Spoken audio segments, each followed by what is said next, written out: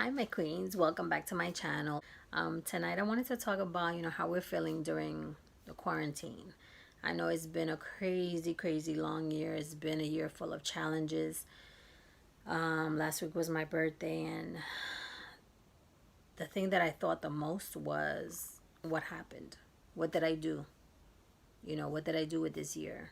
Did I accomplish anything? I know that there were many changes in my personal life and in my professional life, good changes, but changes nonetheless, right? And so I wanted to talk a little bit about how I spent my year, and I'm pretty sure that you also can share, some of the sentiments because I know that it's affected us in ways that we never even imagined. Women are usually the ones that take care of the home and do the food shopping and run to the schools, for the children. Not that there are a lot of great dads, and kudos to them. But because this is a channel for women, this is what we're going to talk about, right? So I know that women usually pick up the tasks, the daily tasks for the family and everything. And I'm really interested to know how it's affected you. Um, I'll speak for me.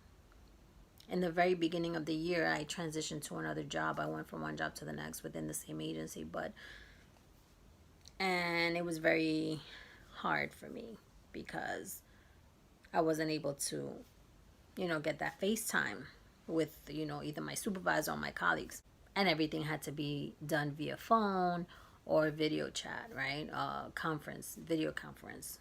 And so that was really difficult for me because I'm the type of person that I like to have people in front of me.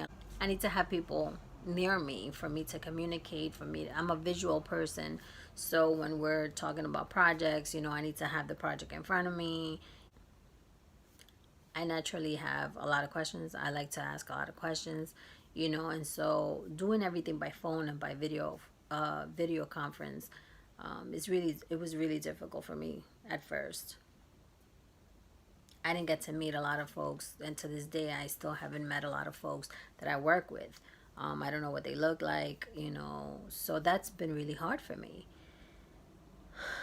On a personal level, it's been hard for me in the fact that, and please before you come from me, I just want to say this.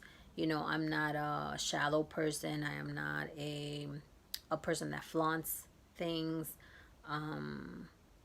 or that's conceited.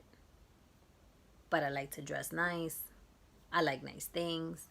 And so for me, getting up to get dressed and go to work, to go to a physical address, to an office, that I loved it. Every morning I was like, I looked forward to it. I was like, what outfit am I going to wear? Does these shoes match my bag? And things like that. And, not being able to do that took a toll on not on my self-esteem, but it took a toll on my mental state. I wasn't excited about going to work. I really didn't care what I looked like at times, and I had to sit myself down and think to myself, well, Jessica, what are you doing? You cannot behave this way. This is not who you are. It affected me mentally because I felt like it's, staying home to quarantine and not having that place to go in the morning, it affected me. And so what I did was, I said, you know what? Why don't I just act like I'm going to the office? I would get up early, same time that I would get up to go to the office. I would jump in the shower, change, get dressed, put on makeup.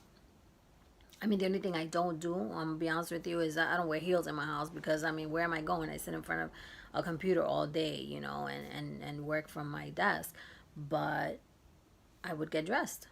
I would wear a dress. I would wear whatever, a nice outfit, or whatever I would normally wear to work. That's what I would wear to work from home. And I started feeling better. The days that I didn't wear makeup, I didn't like pick up my hair. My hair was like all out and crazy, and like I had just woke up. It wasn't a good look, and it wasn't a good look. But worse than that, it wasn't a good feeling. And I had to check myself and say, you know what? I'm blessed. I am healthy. I still have a job, that I report to, and I'm okay. My family's good. I'm blessed.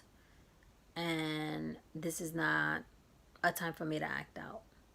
And so little by little, I got myself back into the groove of things, and then as I learned my new job, it became easier for me.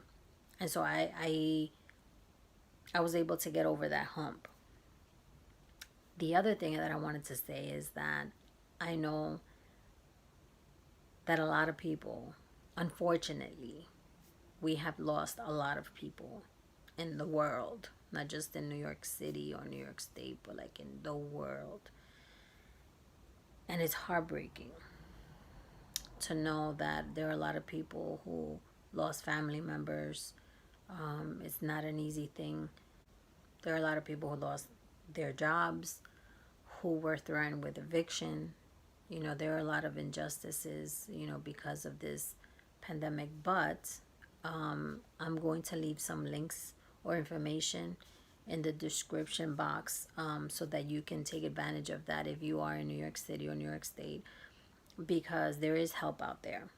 Not just if you're feeling low, there's help, there's counseling, there are hotlines that you can call and say, hey, I need to talk to somebody. And that's okay.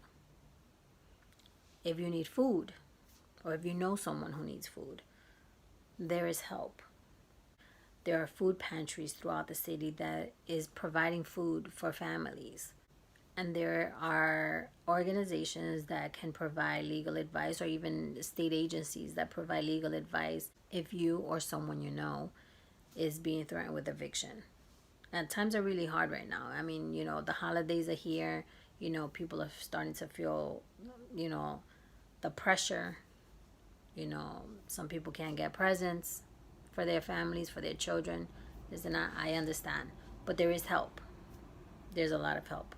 And also, what I started doing was I also started to declutter.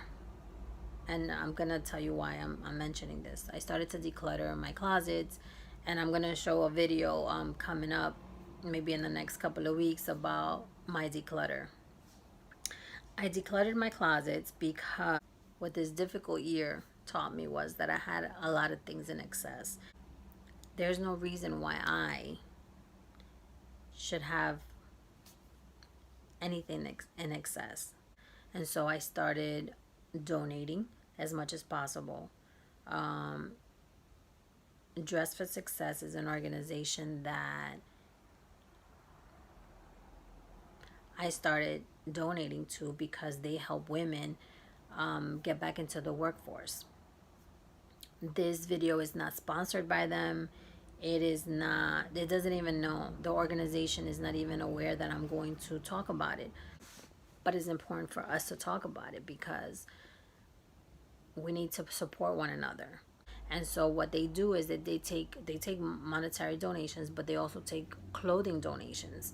And what they do is that they dress women who are going to attend an interview and things like that, so that they can look presentable, and then they can feel confident and land that job.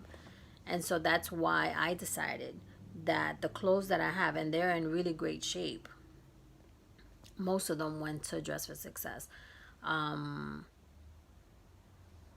and so I want to know what your tips were to get out of if you were feeling. And so I'm interested in know how you were feeling during the year.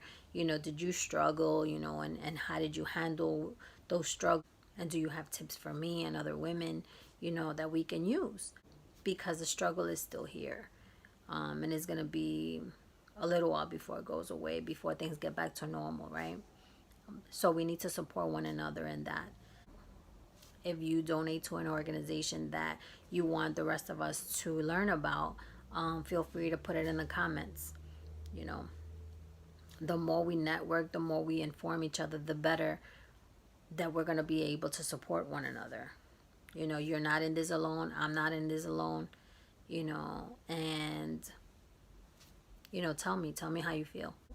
Another thing that I wanted to talk about was, the mental state. I was feeling low when I couldn't get dressed up and go to the office. And then there were people that I spoke to.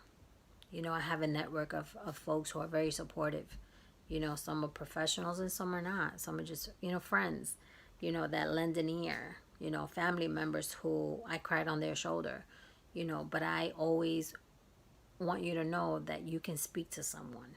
And if you don't have anyone to speak to, a family member, or you don't want to, you want to keep it confidential. There are times that, you don't want to tell your business to people. And that's fine. And that's totally okay. But there are professionals that can help. And so in the description, I will also leave information if you need to speak to someone, a counselor that you can vent to. And I invite you to share your experiences this year, good, bad. I do have one great experience, and I'm going to tell you this. The most important, the most valuable lesson that I've learned throughout the year is that I am more present now. When I speak to someone in my family, or even a friend over the phone, or even a colleague, right? You know, I'm present. I'm present at that moment. And it's something that I took for granted for so long. But this year, I'm like, wait a minute, we need to take advantage of those little moments. We can't take them for granted. We have to enjoy them as much as possible, because you just never know. This year has taught us that life is so fragile. But I also can say that nothing lasts forever. And I think that that's the most positive message that I can share with you. Nothing lasts forever. Everything passes, right? And this too shall pass. And we're going to get back to maybe it's going to be a new normal. Not this normal, what they call the new normal with the masks and all of that. And please stay safe, wear your masks, wash your hands, stay 6 feet apart.